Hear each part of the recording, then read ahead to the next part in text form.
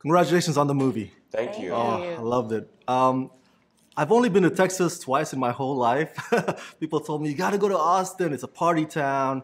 So I haven't been there. What were some of the challenges of shooting there? And is it always fun all the time because the people there are just awesome?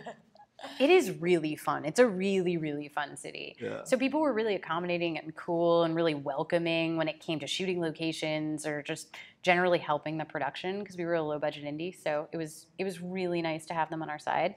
The challenges were Hot. it was Very hot. really It was hot. hot. And also the noise. So there's a lot of construction going on in Austin right now. So a lot of condos going up, a lot of buildings changing.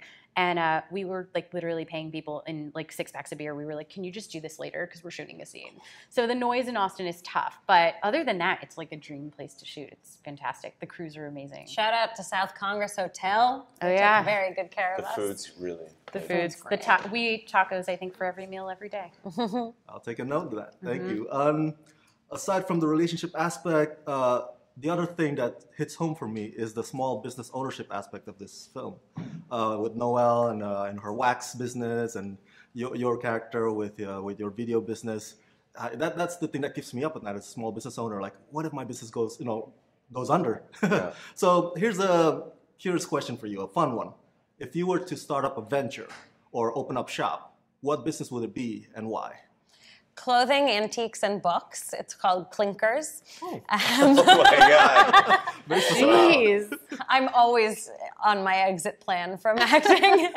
And yeah, I mean, I would do, it's like a coffee shop, but where you can buy all the weird stuff that I like to search for. Wow.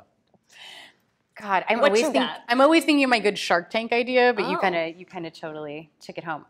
Okay, I would do some incarnation of a video store, but like a new age video store. So something like a place where you can go and maybe watch movies and screen them, but I also thought you meant like new age, like spirituality. Definitely, video store. you know that's Like, not me. No, but like I worked in a video store, which very much inspired the video store in the movie. And I just miss that stumble, that walk around, that feeling of being around all of these films and just like picking one at random and not just sitting on your couch and doing it, but actually like being in this venue. It was so amazing to be with all those DVDs. Like everywhere you pointed It's the so camera, fun. it was like beautiful. It had a beauty I to it. miss going into Blockbuster. I miss going into these like little independent video stores. So I'd probably open something that feels like a more modern version of that. And you, Josh? This is not a great moneymaker, but I do love bookstores. I mean, you could get a bookstore off the ground. Yeah. But I also, I was just in Australia and got a tour of the Maton Guitar Factory. And it was, and I got to get a guitar for a nice little discount. But it was so cool to be, I mean, I don't know anything about making guitars. I'm just like still learning how to play one. But something about, custom made guitars feels like a very cool thing for me. As you can see, I'm not like, I would be terrible on Shark Tank. I think we all kind of failed Shark Tank Yeah, right now. yeah. Excuse me. Sadly. I'm starting my story. Yeah. You're pretty ready. No, I put Weird the money stuff. on Aya. Thank you so much for the answers. I'm not married. I have friends who are married who told me that after a while, they kind of got used to their spouse. They're not necessarily bored of them, but they just got used to the person sleeping next to them.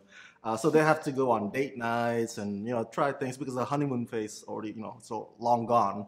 So let me ask you this, because your relationship, the characters in this movie, kind of remind me of my friends. What do you think married couple could do to keep their romance alive? I mean, can chocolate candy and roses still do the trick, or should they step up their game? It depends if they ever did the trick. Because that sort of stuff never, well, maybe when I was in high school, but that's not the kind of romance I was ever attracted to, so that would never work later on.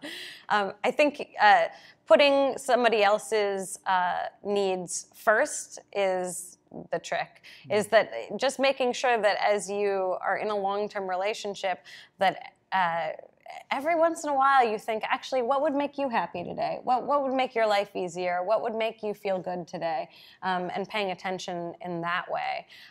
The sort of grand gestures, I think, are fun and have their place, but the real relationship is based on paying unique attention to your spouse. I also think they get into trouble because they start keeping secrets from each other. I mean, obviously she has an affair, and he has this like kind of secret lair up on top of his video store that's like a really precious place to him, but she doesn't even know about it.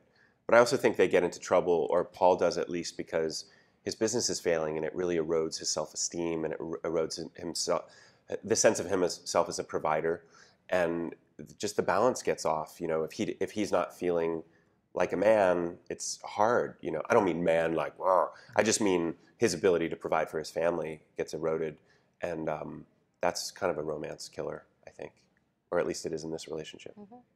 Awesome. Well, thank you so much for sharing, you guys, and Thank congratulations on the you. movie. Thanks you. so much.